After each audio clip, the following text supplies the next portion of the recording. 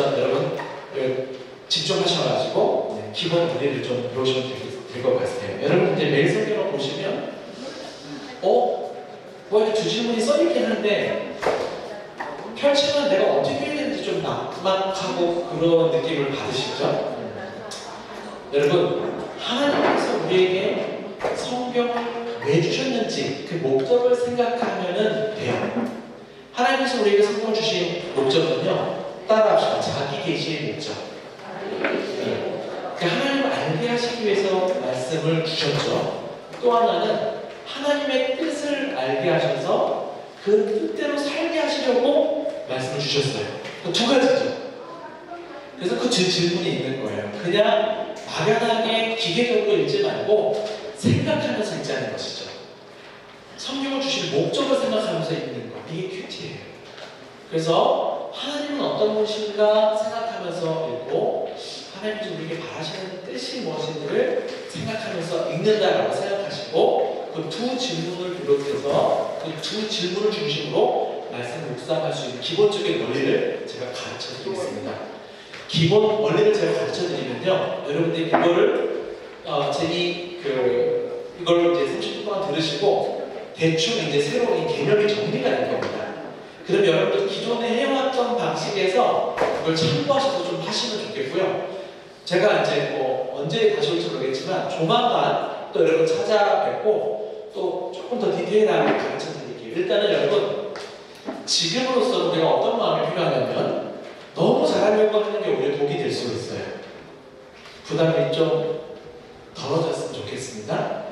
지속적으로 하는 데 있어서 어떻게 보면 독이 돼요. 너무 힘을 줘야 돼서 좀 힘을 빼시고 여러분이 지금까지 해왔던 것보다 조금 더 잘하셨으면 좋겠다. 그리고 제가 마지막 결론으로 여러분들에게 적어도 요거는 하시라라고 결론을 내실 거예요. 그 정도 하다가 우리 다시 만나자고요. 만나기 싫나요? 자, 봅시다. 옛날에는요, 지금은 이제 매일 성경이 왼쪽에는 해설글이 있고요, 오른쪽에는 본문이 있죠. 그래서 기록하는 공간이 요거밖에 없습니다. 그렇죠? 그렇지만 예전에는 어떻게 돼 있었냐면 그 왼쪽에 해설이 그대로 있었고 오른쪽에는 이렇게 큐티 노트가 있었어요. 지금도 이 버전이 판매가 되고 있습니다. 근데 저는 이걸 추천해요. 왜냐하면 이 본문에다가 여러분들 표시도 하면서 하면 더 좋을 것 같아서. 여러분 성경에다가 그렇게 하면 찢어지니까. 그래서 이제 저는 이걸로 하는데 만약에 여러분들이 이것처럼 더 내가 많이 기록하고 싶다 하는 마음이 들면 여러분 아무 노트나 사서 이렇게 칸을 만들면 되는 거예요. 칸을 만들고 났더니 무슨 글자 같습니까? 왕자. 여러분 큐티를 방법은 쉽게 생각해도 좋은데요, 큐티를 하는 마음의 자세는 조금 더 무거웠으면 좋겠어요. 왕의 어명을 듣는 시간이죠. 우리가 하나님 나라 백성으로서 이 땅에서부터 천국의 삶을 살아가려면 왕의 통치를 받아야 되거든요. 대한민국에도 국법이 있듯이 하나님 나라에도 법이 있는, 그게 뭘까요? 성경 말씀이에요. 그래서 아침마다 왕자 묵상을 통하여서 하나님의 통치를 받고 큐티를 통해서 천국 문을 열고 살아가는 거. 우리 신앙 선배들 교대 표현이 있었어요. 큐티를 통해서 천국 문을 연다고요. 자, 그래서 일단은 제가 이 도대체 전에 그런 칸을 통해서 묵상을 어떻게 하라고 했던 것인가, 이거를 제가 설명해 드리고 다시 돌아와서 여러분들이 이 공간에다가 어떻게 표시하면 좋을까, 이렇게 좀 안내하면서 마무리를 하려고 합니다. 자, 여기는 뭘 쓰게 돼 있었냐면 이쪽에는 하나님이 어떤 분이신가, 밑에는 교훈이 무엇인가를 쓰도록 돼 있었고요. 이쪽은 묵상한 내용을 적고 이쪽은 적용한 내용을 적게 했었어요. 이해가 가시나요? 그러니까 하나님이 어떤 분이신지를 묵상하고 나면 그것에 대해서 적용하게 했고, 교훈에 대한 묵상을 하고 나면 이것에 대해서 적용하게 하는 방식의 큐티 노트였던 거예요. 자, 그러면 하나님이 어떤 분이신지를 여러분 어떻게 발견할 수 있죠? 제가 조금 다른 표현으로 하면, 물론 관찰도 발견하는데 여러분 말씀을 묵상하면서 하나님이 어떤 분이신지 그리고 교훈이 무엇인지 발견한다 생각하시면 좋겠고요. 그리고 적용은 뭐냐면, 자, 일단 좀 한 번 더 보완하겠습니다. 연결이라고 생각하시면 좋아요. 그러니까 묵상을 잘한다는 것은 발견 자연과 연결이 자연스러워지는 것이라고 보시면 됩니다. 여러분들이 첫 번째는 발견을 잘 하셔야 되고 두 번째는 연결을 잘 하셔야 되는 거예요. 이해가 되십니까? 제가 너무 그냥 바로 지금 원리로 팍 들어가가지고 예열 없이 들어가는 거거든요. 근데 잘 집중해 주시는 것 같아서 감사합니다. 여러분, 하나님이 어떤 분이신가 이거 어떻게 찾을 수 있을까요? 내성의 앞에 보시면 이런 게 있어요. 하나님이 하신 말씀이나 일, 그 사람들의 고백, 또 하나님의 성품에 대해서 묘사된 거, 보이지 않지만 하나님의 섭리가 나타나는 거, 이런 것들 여러분들이 찾아낼 수 있겠죠. 근데 여러분, 제가 이거 하나님 성품을 찾아보세요, 이런 식으로 중간 단계를 거쳐서 가면 큐티가 굉장히 어려워질 겁니다. 오히려 저는 이런 내용이겠거니 확인하시고 안 해주셔도 돼요. 사실 여러분은 직관적으로 하나님이 어떤 분이신지 발견할 수 있도록 하나님께서 여러분을 설계해 주셨습니다. 묵상 DNA를 주셨어요. 그래서 요즘에는 호모 메디타티오라는 말도 써요.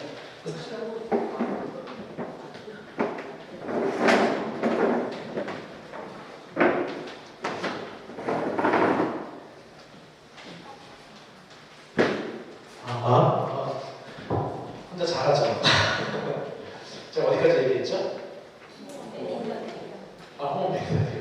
여러분 사실 다 묵상하잖아요. 지난주에 어떤 권사님이 한 한마디가 머릿속에 남아가지고 곱씹고 생각하면서, 그쵸? 여러분 다 묵상을 합니다. 그야말로 다 묵상을 하고 다 여러분 그렇게 설계가 돼 있어요. 그래서 오히려 저는 이 시간에 차근차근 체계적으로 가르치는 게 오히려 여러분에게 도움이 될 수 있다고 생각해요. 오히려 직관적으로 그냥 말 그대로. 그리고 국어 시험 문제를 풀 때 어떻게 풀죠? 다음 중 이 지문에 대한 주제는 무엇인가요? 그러면 중간 단계가 필요한가요? 직관적으로 몇 번인지 딱 선택하잖아요. 국어 시험 본 지가 오래되셨죠? 여러분 믿으셔요. 하나님 여러분들에게 아주 존귀한 이성을 선물해 주셨고요. 하나님을 묵상할 수 있게끔 이미 만들어 주셨어요. 그래서 너무 어렵게 생각하지 마시고 해보세요. 제가 어떤 구체적인 방법을 가르치지 않고 오늘 본문이 있으면 본문 가지고 하나님을 어떤 분이신지 찾아보세요. 그럼 여러분 다 찾는다고요. 아까 목사님한테 들었어요. 여러분 어르신들도 잘하신다고. 어려운 게 아니에요. 그냥 한 가지만 찾으셔도 되고 여러 가지 아니면 다 찾으셔도 되고 아니면 마음에 좀 와닿는 한두 가지만 찾으셔도 되고 그냥 다 퉁쳐서 오늘 말씀 듣고 나니까 하나님 어떤 분이신 것 같다. 여기다 쓰면 되는 거예요. 이해가 되셨나요? 자, 그 다음에 교훈은 어떻게 써야 될까요? 이것도 매성경 앞부분에 보시면 약속과 명령, 약속도 교훈이래요. 이거 붙들어야 되기 때문에. 그리고 격려와 책망, 경고와 책망. 또 어떤 게 있냐면 본받을 점이나 본받지 말아야 할 점. 등장인물을 통해서. 자, 이것도 안 외우셔도 다 직관적으로 할 수 있는데 이 부분은 한번 더 생각해 보셨으면 좋겠어요. 등장인물, 그러니까 사람이 무슨 말을 하건 무슨 행동을 하건 그것은 다 교훈적이 됩니다. 왜냐하면 우리가 본받아야 할 점이 되기도 하고 반면 교훈이 되기도 하기 때문에 그래요. 이것만 여러분 좀 유의해주세요. 나머지는 여러분이 직관적으로 아는데 사람의 말과 행동은 교훈점이 되는구나 정도를 좀 아시면, 그리고 사실 이거 중심으로 하셔도 좋습니다. 정리해 가면서 마찬가지로 교훈점도 하나만 발견하셔도 되고 여러 개 발견하셔도 되고. 이해가 되셨습니까? 잘 하고 계셨으리라고 믿고요. 그러면 이제 하이라이트는 적용이죠. 하나님을 묵상했어요. 그럼 적용은 어떻게 해야 될까요? 막막하죠? 뭘 적용? 이제 여기서 적용에 대해서 여러분들이 이제 고정관념이 있어서 그런데요. 그럼 적용하면 제일 먼저 떠오르는 단어가 뭔가요? 적용하면? 예? 네? 3, 실천. 왜 이런 거 떠오르죠? 그거는 실천적 적용이라고 해요. 제가 왜 이런 표현을 할까요? 적용은 더 개념이 넓게 된다는 뜻이에요. 적용의 범주 안에 실천적 적용이 있다는 것이죠. 그럼 적용은 뭘까? 영어로 적용은 어플리케이션이라고 합니다. 어플리케이션이 뭐죠? 핸드폰 앱 있죠? 핸드폰에 있는 어플리케이션이거든요. 이게 적용이라고 하는 거예요. 조금 더 유식한 틀을 좀 내보면요.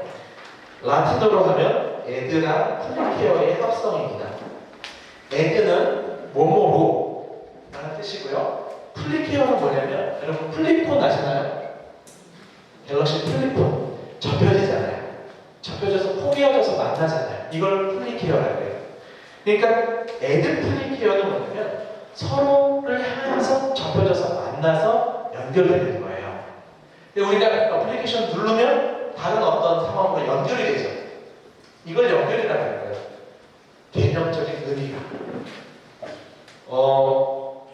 여러분 이렇게 생각해 보시면, 자 일단은 이걸 따라서 얘기하는데, 자 적용은 따라합시다. 적용은 연결이다. 일단 오늘 머릿속에 이걸 좀 감아가셔야 돼요. 그래서 여러분 경험에 대한 이해가 폭이 넓어집니다. 자 그러면 어떻게 되냐면 성경이라는 텍스트가 있죠. 성경이라는 텍스트가 있고 나와 우리 혹은 우리 사회에 상황이 있죠. 콘텍스트가 있죠. 이게 서로 만나는 거예요. 성경 말씀과 나의 상황, 우리 교회의 상황, 우리 대한민국의 상황이 만나게 되는 게 적용이라고요. 만날 때는 두 가지 방향성이 생깁니다. 위로부터 아래로의 방향이 있고 아래로부터 위로의 방향이 있어요. 만날 때 우리는 반응을 하게 되죠. 그리고 우리는 주로 이것에 집중하게 되는 것 같습니다. 그런데 이 방향만 있지 않고 아래로 내려오는 방향이 있어요. 만날 때 어떤 방향? 위에서 아래로. 성령이 만날 때 성령에서 우리에게 오는 무언가가 있죠. 그게 영향이에요. 영향. 우리는 영향을 받고 말씀에 반응하죠. 그러니 영향을 받는 것도 적용이라고 해요. 로마서 말씀해 보시면 이는 우리의 교훈을 위한 것이니 우리로 하여금 위로와 소망을 얻게 하려면. 교훈인데 교훈적이면 우리가 뭔가 실천적이 되어야 될 것 같은데, 교훈을 통하여서 우리한테 뭘 주시려고 하신다고요? 하나님이 위로와, 안 들으셨나요? 위로와 소망. 말씀을 통해서 우리가 위로를 받고 소망을 얻고 조금 더 여러분에게 익숙한 단어로 은혜를 받지 않습니까? 은혜를 받는 것도 적용이 되는 거예요. 이해가 되세요? 폭이 좀 더 넓어지죠. 일단 이렇게 좀 생각하고 갑시다.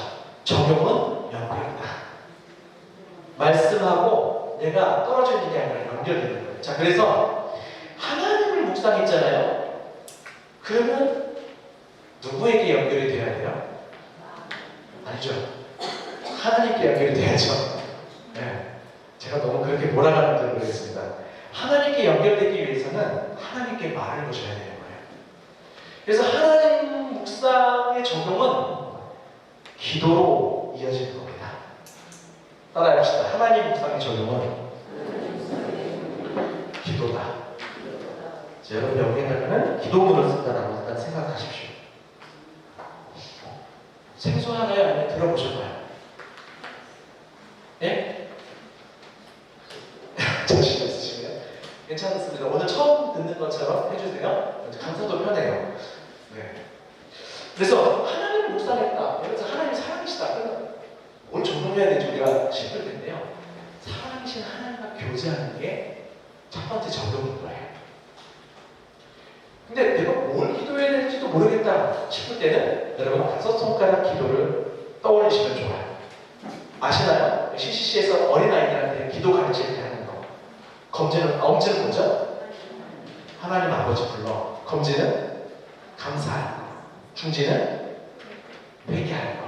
약지는 간구하는 거. 소지는 예수님 이름으로 기도합니다. 아멘이잖아요.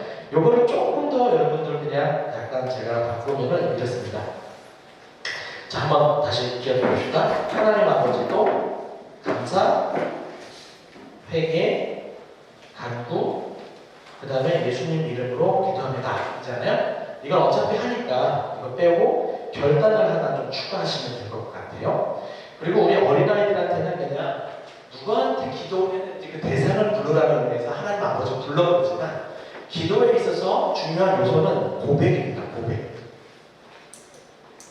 부모님들이 많이 계신데 자녀들이 부모님께 어떤 말을 할 때 가장 행복한지 나 이거 해주셔서 고마워요. 마음이 기쁩니까? 기쁘죠? 그리고 엄마 내가 이걸 잘못했어요. 솔직하게 이 부분이 내가 있는데 잘못했어요. 용서해주세요. 다시는 안 그럴게요. 기특하죠? 근데 여러분 혹시 엄마는 저한테 이런 분이에요 라는 고백을 들어보신 적이 있나요? 어버이날 때나 생신 때 들을까 말까 하잖아요. 근데 그런 들을 때 여러분 마음이 어떤지 한번 떠올려 보시면 좋아요. 감사 고백하고 회개하고 이런 것들도 다 좋지만 하나님도 마찬가지예요. 하나님 이거 해주셔서 감사해요. 이렇게 표현하는 것도 하나님 기뻐하시고 잘못을 맡고 기특하게 여시지만 하나님은 이런 분이에요 라고 우리가 하나님을 알아들이고 하나님에 대해서 고백해 드릴 때 저는 하나님이 기쁨을 이기지 못하여 하실 거라고 확신합니다. 이게 기도에서 굉장히 중요한 요소인데 우리가 많이 좀 빼뜨리고 있지 않을까 싶고요. 근데 그 묵상에서 길러지는 기도에 있어서의 핵심이 바로 고백인 것 같아요. 묵상했는데 기도 따로 하게 되는 경우가 많죠. 묵상에서 길러진 기도에 있어서 좀 핵심적인 것은 먼저는 묵상에서 발견한 하나님이 어떤 것인지 내가 고백하면서 시작하는 거죠. 자, 이 5가지를 다 하는 게 얘기가 아니에요.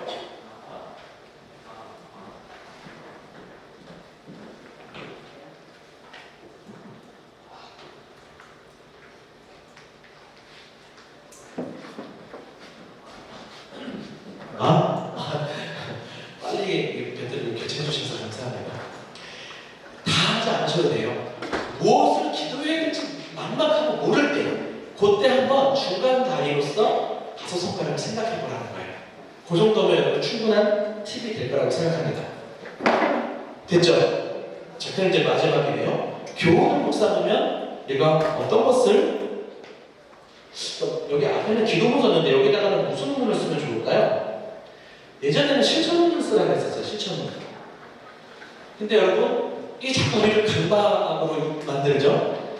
말씀이 꼭 실천적 적용이 그렇게 많이 나오는 건 아닌데 우리가 이게 안 되니까 막 쥐어짜는 거예요. 본문을 가지고 어떻게 해서든지 실천할까 만드는 거예요. 그런 경험 있죠? 여러분 잘 듣고 계시나요? 근데 많은 본문이 실천적 적용이 안 나오는 부분들도 많거든요. 근데 실천적 적용을 못하니까 나도 큐티를 잘 마무리를 못한 것 같고 특히 나눔 모임 갈 때 적용한 내용을 나눠야 된다고 생각하는데 내가 별로 그런 게 없으니까 나눔 모임 할 때 위축이 되는 거예요. 그래서 적용에 대한 일종의 강박이 우리 가운데 있어서 성수유니온에서는 오래전부터 이런 얘기를 했었어요. 적용에는 2가지 종류의 차원이 있습니다. 하나는 외면적 적용이고 하나는 내면적 적용이 있습니다. 이렇게 안내를 해줬어요. 속적, 적극적 적용 이런 표현도 썼었는데요. 디모데후서 3장 17절에 보시면 이는 하나님의 사랑으로 온전하게 한다가 이 내면과 관련되겠죠. 그 다음에 모든 선한 일을 행할 능력을 갖추게 한다. 이게 외면과 관련되겠죠. 영어로 말하면 아래는 빙의 변화라고 할 수 있고 위에는 두링의 변화라고 할 수 있을 것 같아요. 아래는 존재의 변화, 위에는 삶의 변화라고 할 수 있을 겁니다. 그렇죠? 말씀이 우리와 만날 때 이러한 변화가 나타난다는 것이죠. 자, 그러면 이 정도만 하더라도 우리가 기본적으로 막연하게 적용들을 실천만 생각하고 있었는데 폭을 좀 열어주지 않았나요? 그렇죠? 그러니까 우리가 생각이 변하고 마음이 바뀌는 것도 적용이라는 거죠. 이해가 되셔요? 자, 내면적 적용이 더 중요할까요? 외면적 적용이 더 중요할까요? 예, 둘 다라고 하시는 분들 많고 사실 내면적 적용이 더 중요해요. 생각해 보십시오. 내가 하루에 실천적 적용을 2개씩 했어요. 일주일 지나면 14가지가 바뀌는 거죠. 근데 하나도 실천적 적용을 못했는데 일주일 동안 묵상하면서 사람이 바뀌었어요. 몇 가지가 바뀔까요? 그런 면에서 여러분 너무 강박은 좀 버리시고 말씀을 묵상하면서 내가 어떤 마음, 하나님의 마음을 깨닫고 이 모든 과정이 적용할 수도 있는 거예요. 제가 가르칠 때는 묵상과 적용을 이렇게 좀 구분해서 가르치긴 하지만 어떤 면에서는 이게 구분이 안 되는 면들도 있어요. 그래서 실천본이 아니라 다짐본을 쓰라고 했었습니다. 그러면 조금 더 내면적인 것이 포함이 되잖아요. 자, 여기까지 우리가 조금 시원한가요? 덜 시원한가요? 아직도 긴가민가 하신가요? 자, 근데 전 이것도 불만족스러워요. 왜 자꾸 뭔가를 다짐하고 뭔가 이렇게 바꾸는 적용만을 생각하는지. 아까 제가 뭐라고 했습니까? 적용은 연결이라고 했잖아요. 그런 말씀을 묵상하다 보면 이 본문과 유사하거나 이 본문에서 연관되는 자기 삶의 과거가 떠오를 수도 있어요. 우리는 자꾸 묵상하면서 앞으로 어떻게 하겠다. 앞으로 내가 이렇게 생각하겠다. 앞으로 내 마음을 바꾸겠다. 앞으로만 하는데요. 묵상하다 보면 과거의 어떤 사건이 떠오른다고요. 이게 연결이 되는 거예요. 이 과거가 말씀 앞에서 재해석이 되기도 하고 감사가 일어나기도 하고 반성이 되기도 하고 그러겠죠. 여러분 나눔 모임을 할 때 부담 가지 마시고 나눔 모임은 이야기 잔치라고 생각하시고 말씀의 이야기가 나누어지고 그리고 그 말씀과 연관된 우리 삶의 이야기가 나누어질 때 서로를 풍성하게 하는 이야기 잔치 그리고 그 이야기의 힘이 있습니다. 이해가 되셔요? 조금 마음이 편안해지십니까? 그래서 제가 표현하기로는 여기에다가는 일기문을 쓰시라 이렇게 말하는 편입니다. 여러분 일기문 쓰라니까 오해하시면 안 됩니다. 오늘 있었던 일을 쓰라는 게 아니에요. 일기문 쓰듯이 편안하게 쓰라는 거예요. 여러분 어렸을 때는 나는 어제 어디서 무엇을 뭐 했고 내일 오늘 어디서 무엇을 뭐 했고 내일 방학 숙제할 때 이렇게 일기 썼던 기억이 나거든요. 여러분들 방학 숙제 하셨나요? 일기? 여러분 조금 컸을 때는 일기 쓸 때 어떻게 써요? 뭐 구체적으로 그런 거 나열하지 않더라도 주로 자기 성찰을 많이 하지 않나요? 오늘 이런 일이 있었는데 이래서 내 기분이 이랬고 근데 뭐 나를 좀 돌아보고 이런 일기를 좀 많이 쓰게 되죠. 좋은 글귀나 그림도 그려가기도 하면서요. 자유롭게 끄적이는 거잖아요. 그렇게 우리 생각을 정리하기도 하고 그런 식으로 생각하면 좋습니다. 정리하겠습니다. 말씀을 주신 목적대로 묵상하는데 하나님을 알고 하나님의 뜻을 알고 그 뜻대로 살기 위해서 묵상한다. 하나님을 묵상하면 하나님께 말을 걸어라. 하나님께 연결되기 위해서. 그래서 기도문을 쓰시고 교훈 묵상을 하면 누구한테 말을 걸어요? 내 삶에 말을 걸어야죠. 그래서 펼쳐라 이렇게 해도 되기는 하지만 너무 이상하잖아요. 그렇죠? 그러니까 편안하게 비슷듯이 쓰라는 거예요. 자, 요게 기본적인 원리예요. 이렇게 설명드리고 나면 여러분 어느 정도 가장 심플하면서도 조금은 선명한 말씀 묵상의 원리로 좀 정리가 되지 않았을까 기대해 보는데 어떻습니까? 클리어하죠? 네. 자, 이제 저에게 주어진 시간 6분인데요. 6분 안에 그러면 이제 이걸 찍고 우리가 어떤 식으로 적용하면 좋을까 싶은 건데 일단은 이게 너무 복잡하다 싶으면 일기문도 안 쓰셔도 되고 기도문 안에 사실 다 들어가거든요. 제가 이제 여러분 IBF라는 선교단체를 아실지 모르겠는데요. PBS를 하는 귀납적 성경 연구를 하는 그런 단체예요. PBS, IBF 들어보셨나요? 들어보신 분들 감사합니다. 제가 거기에서 간사로 섬겼었어요. 그래서 학생들, 대학생들 열심히 빡세게 훈련시키고 집에서 성경 연구를 4시간씩 해오게 했어요. 신학생도 아닌데. 그리고 그들 모아놓은 또 소고를 또 4시간 하고 그러면서 굉장히 풍성한 은혜를 드리기도 했지만 약간 겁먹도 들었던 것 같아요. 졸업하고 나니까 한 명도 안 해요. 이게 좀 아쉬워요. 다시 제가 선교단체로 돌아가면 큐티를 조금 더 깊이 있게 할 수 있도록 안내할 것 같아요. 어찌됐든 이 4시간 연구의 끄트머리에 적용에 대한 틀이 나오거든요. 여기서 보시면 기본적으로 상황을 연결시키고 그 다음에 핵심 메시지를 잡아서 메시지 적용하는 기본적인 메인 포인트 적용이 있고 그 다음에 구체적인 적용의 틀이 나옵니다. 새롭게 깨달은 것, 감사하고 찬양할 것, 회개할 것, 기도할 것, 신행할 것. 여러분 이거 보니까 뭐가 떠오르십니까? 다섯 손가락 기도 떠오르시죠? 하나님에 대한 고백뿐 아니라 새롭게 깨달은 것도 고백할 수 있는 거죠.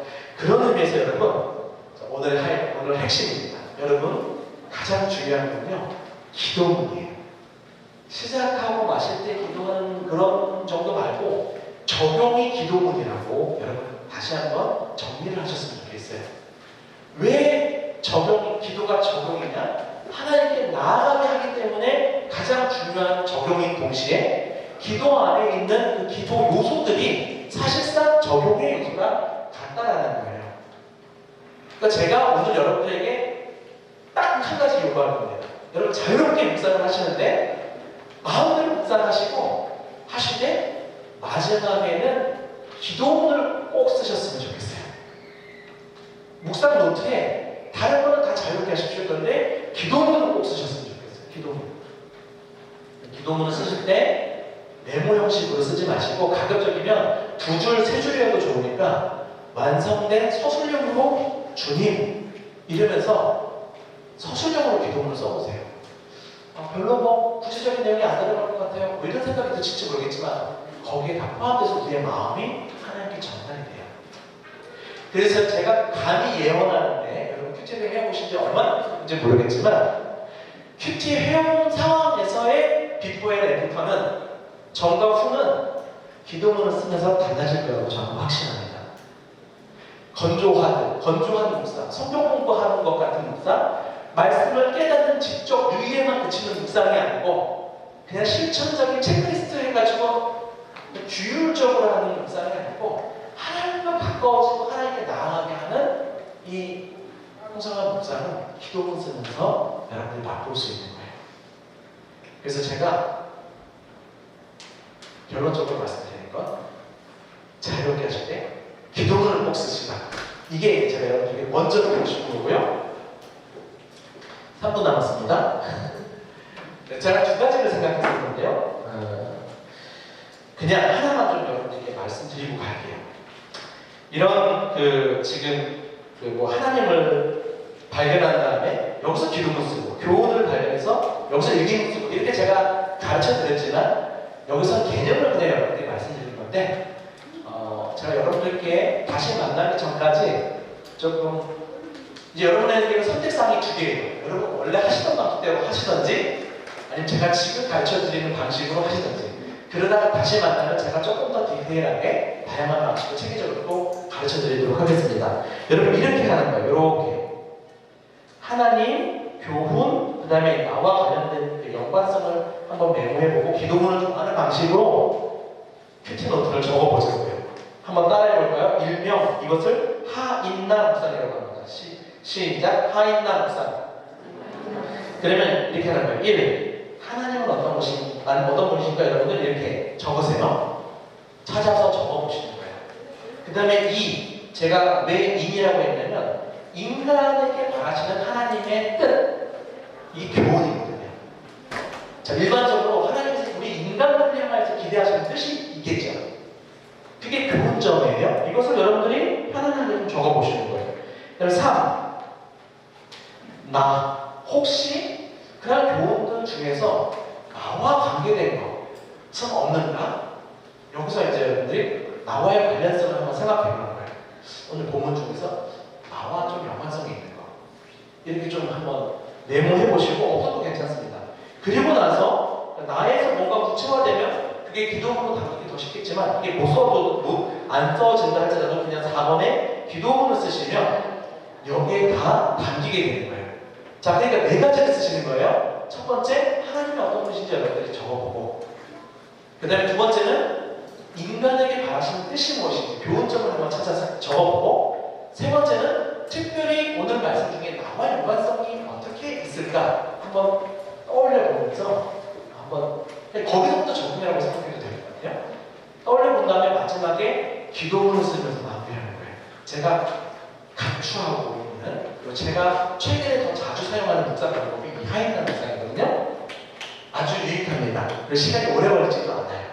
그래서 여러분들께 일단은 이걸 가르쳐드려요. 여러분이 하시던 대로 하시되 거기에 마지막으로 기도문을 쓰시던가 아니면 제가 방금 말씀드렸듯이 하인나 묵상을 하시고 기도문을 쓰시는 거 요거 쪽에서 좀 하시다가 제가 다음에 만나면 조금 더 우리가 단계적으로 묵상할 수 있는 그런 방법들을 안내해 드려야 될 것 같습니다. 뭐 조금 아쉽기도 하지만 그래도 너무 많은 것을 이야기하는 것보다 이게 좋을 것 같아요. 여러분 좀 어떻게 소화가 되셨어요? 도움이 되셨나요? 기대가 되시나요? 다음에 또 만날 수 있기를 바랍니다. 네, 긴 시간 경청해 주셔서 감사합니다.